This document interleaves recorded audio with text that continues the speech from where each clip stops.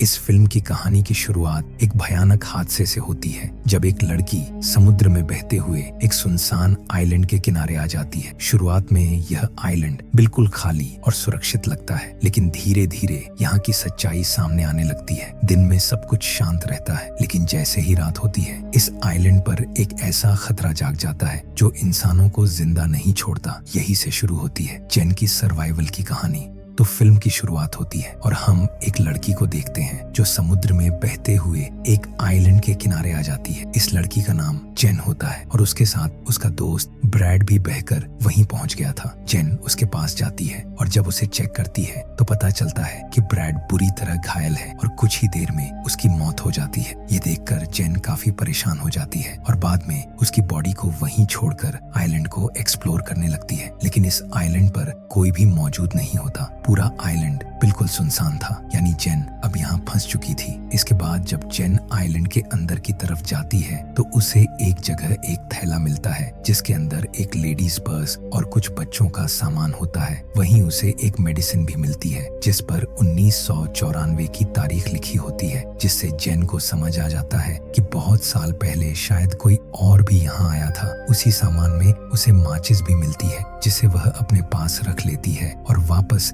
समुद्र के किनारे आ जाती है। वहाँ उसे एक बड़ा सा खोखला पेड़ गिरा हुआ दिखता है और इसे देखकर जेन को आइडिया आता है कि रात में अपनी सुरक्षा के लिए वह इसी के अंदर सो सकती है। अब जेन यहीं अपनी पहली रात गुजारती है। सुबह उठकर वह देखती है कि समुद्र के किनारे कई सारी मछलियां बहकर आ गई हैं, जिनमें एक छोटी शार्क भी होती है जिसका आधा शरीर खाया हुआ था। तो वह अपने खाने के लिए कुछ मछलियां उठा लेती है। तभी जेन की नजर एक जगह पर जाती है जहां 3 लोगों की कब्र बनी होती है। ये देखकर जेन अपने दोस्त ब्रैड के लिए भी एक कब्र खोदती है क्योंकि उसकी बॉडी सड़ने लगी थी। अगले दिन जब जेन आइलैंड का चक्कर लगाती है तो वह देखती है कि किसी ने उसके दोस्त की बॉडी को कब्र से बाहर निकालकर आधा खा लिया है। ये देखकर जेन काफी घबरा जाती है और उसे समझ नहीं आता कि आखिर ये किसने किया होगा। उसे लगता है कि यह किसी जानवर का काम है जो इसी आइलैंड पर रहता होगा, इसलिए वह एक लकड़ी को नुकीला बनाकर अपने लिए एक हथियार तैयार करती है और आइलैंड के बाहर बैठकर उस जानवर का इंतजार करने लगती है। रात हो जाती है और जेन को नींद आने लगती है, लेकिन वह जानवर अब तक वहां नहीं आता। अगले दिन जब जेन की आंख खुलती है तो वह समुद्र में एक सूटकेस तैरता हुआ देखती है। वह उसे निकालने का फैसला करती है और समंदर में जाकर उस सूटकेस को बाहर ले आती है। इसी दौरान उसे पानी के नीचे कुछ महसूस होता है तो वह नीचे जाकर देखती है जहां उसे एक बड़ा सा होल दिखाई देता है, जिसे देखकर वह काफी हैरान हो जाती है। इसके बाद जेन बाहर आकर सूटकेस खोलती है और उसके अंदर से कुछ जूते और कपड़े निकालती है जिन्हें वह पहन लेती है और रात होने पर वह उस पूरे सामान को ध्यान से चेक करने लगती है। सूटकेस के अंदर जेन को कुछ फोटो भी दिखाई देती हैं जिन्हें वह ध्यान से देखने लगती है और समझ जाती है कि यहाँ कभी एक फैमिली छुट्टियां बिताने आई थी जिसमें एक कपल और उनके 2 बच्चे थे। तभी जेन के ऊपर से एक प्लेन गुजरता है। यह देखकर वह तुरंत अपनी फ्लेयर गन चलाती है, लेकिन तब तक प्लेन निकल चुका होता है और कोई मदद नहीं मिलती। जब फ्लेयर गन की बुलेट नीचे गिर रही होती है तभी जेन को अपनी परछाई में एक अजीब सा क्रिएचर दिखाई देता है, जिसे देखकर वह बुरी तरह डर जाती है और तुरंत आइलैंड की तरफ भागकर एक जगह छिप जाती है। वही क्रिएचर वहां आकर जेन को ढूंढने लगता है, जिससे जेन और भी ज्यादा घबरा जाती है और पूरी रात इसी डर में निकल जाती है। अगली सुबह जेन फिर से उन्हीं फोटो को देखती है और एक फोटो में उसे 2 चमकती हुई आंखें नजर आती हैं। तब वह समझ जाती है कि यही वही क्रिएचर है जिसे उसने पिछली रात देखा था और शायद इसी ने उस फैमिली को मार डाला होगा। ये सोचकर जेन और ज्यादा डर जाती है और अब किसी भी तरह इस आइलैंड से बाहर निकलना चाहती है। इसके बाद वह सूटकेस खोलकर उसमें अपनी लाइफ जैकेट रख देती है ताकि उसी के सहारे तैरकर यहाँ से निकल सके। वह सूटकेस में बैठकर समुद्र के रास्ते निकलने की कोशिश करती है, लेकिन सूटकेस पलट जाता है और उसका यह प्लान पूरी तरह फेल हो जाता है। मजबूर होकर जेन वापस उसी आइलैंड पर लौट आती है, लेकिन अब उसे उस क्रिएचर से बचने के लिए एक सुरक्षित जगह चाहिए थी। तभी उसकी नजर उसी गिरे हुए खोखले पेड़ पर जाती है जिसमें बड़ा सा होल था, इसलिए वह फैसला करती है कि आज रात वहीं सोएगी। रात होते ही वह क्रिएचर फिर से वहां आ जाता है और उसे यह भी पता चल जाता है कि जेन उस पेड़ के अंदर छिपी हुई है। इसलिए वह उस पेड़ को तोड़ने की कोशिश करता है लेकिन कामयाब नहीं हो पाता और थक कर वापस चला जाता है। अगली सुबह जेन पेड़ से बाहर निकलती है और देखती है कि उस क्रिएचर ने रात में पेड़ पर कई वार किए थे, जिससे पेड़ काफी डैमेज हो चुका था। इसके बाद जेन उससे बचने के लिए एक नया प्लान बनाती है और समुद्र से कुछ बड़ी मछलियां पकड़कर उन्हें उसी पेड़ पर टांग देती है ताकि रात में जब वह क्रिएचर आए तो मछलियां खाकर चला जाए और उसकी जान बच सके। अगली सुबह जेन उठकर देखती है कि उसका यह प्लान काम कर गया है। क्रिएचर उन मछलियों को खाकर चला गया था और जेन सुरक्षित बच जाती है। तभी जेन की नजर समुद्र के किनारे जाती है जहां एक सड़ी हुई बॉडी बहकर आ गई होती है। वह उस बॉडी के पास जाकर देखती है और समझ जाती है कि वह काफी समय से पानी में थी। तभी उसके दिमाग में एक आइडिया आता है और वह उस बॉडी को भी उसी पेड़ पर लटका देती है ताकि क्रिएचर उसे खाकर चला जाए, क्योंकि अब इस आइलैंड पर सरवाइव करना उसके लिए दिन ब दिन और मुश्किल होता जा रहा था। आज रात के लिए जेन यहाँ एक गड्ढा बना लेती है जिसमें जाकर वह छिप जाती है और उस क्रिएचर के आने का इंतजार करने लगती है। रात होते ही वह क्रिएचर वहां आ जाता है और जेन पहली बार उसे साफ तौर पर देखती है, जिसे देखकर वह काफी डर जाती है क्योंकि वह बेहद खौफनाक होता है। वह क्रिएचर आकर उस बॉडी को खाने लगता है। तभी जेन को अपने पास से कुछ आवाजें सुनाई देती हैं और जैसे ही वह देखती है तो उसे उस क्रिएचर के पैर दिखाई देते हैं। ये देखकर वह और भी ज्यादा घबरा जाती है लेकिन किसी तरह खुद को संभाल लेती है। अगली सुबह जेन उठती है और अपने लिए एक सुरक्षित जगह ढूंढने लगती है क्योंकि उसने अब उस क्रिएचर की हाइट देख ली थी। इसलिए वह पेड़ के ऊपर अपने लिए एक झूला तैयार करती है ताकि क्रिएचर वहां तक न पहुंच सके। इसके बाद वह उस झूले में जाकर बैठ जाती है। रात होने पर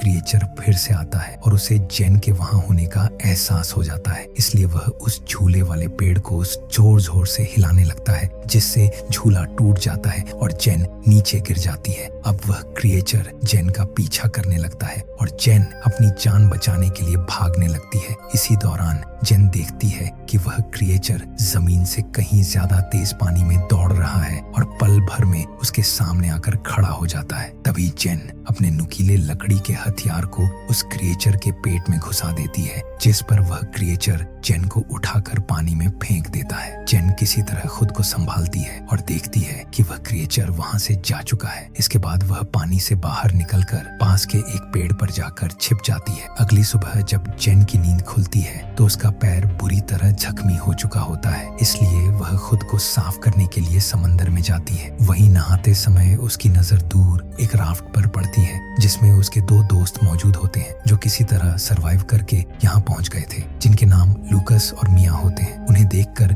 जेन काफी खुश हो जाती है और वे दोनों उसके पास आकर बैठ जाते हैं। जेन उन्हें खाने के लिए कुछ मछलियां देती है और फिर उन्हें उस खतरनाक क्रिएचर के बारे में बताती है। वह कहती है कि हमें जल्द से जल्द यहाँ से निकलना होगा क्योंकि वह पिछले 7 दिनों से इस आइलैंड पर फंसी हुई है। लेकिन लूकस और मिया उसकी बातों पर भरोसा नहीं करते और उन्हें लगता है कि वह झूठ बोल रही है। वे बताते हैं कि वे खुद पिछले 5 दिनों से समंदर में भटक रहे थे और अब जाकर उन्हें यह आइलैंड मिला है, इसलिए वे यहाँ से जाना नहीं चाहते। इसके बाद जेन उन्हें वे तस्वीरें भी दिखाती है जिनमें वह क्रिएचर साफ दिखाई देता है, लेकिन फिर भी दोनों वहां से निकलने को तैयार नहीं होते। तब जेन समझ जाती है कि ये दोनों उसकी बात नहीं मानेंगे, इसलिए वह चुपचाप उनकी राफ्ट लेकर यहाँ से भागने का प्लान बनाने लगती है। जेन उनकी राफ्ट लेकर वहां से निकलने की कोशिश करती है लेकिन लूकस और मिया उसे पकड़ लेते हैं और मिया जेन पर हमला कर देती है जिससे वह बेहोश हो जाती है। जब जेन की आंख खुलती है तो वह खुद को बंधा हुआ पाती है और तब तक रात हो चुकी होती है। वह लूकस को समझाकर खुद को खुलवाने की कोशिश करती है लेकिन लूकस और मिया उसकी कोई बात नहीं मानते।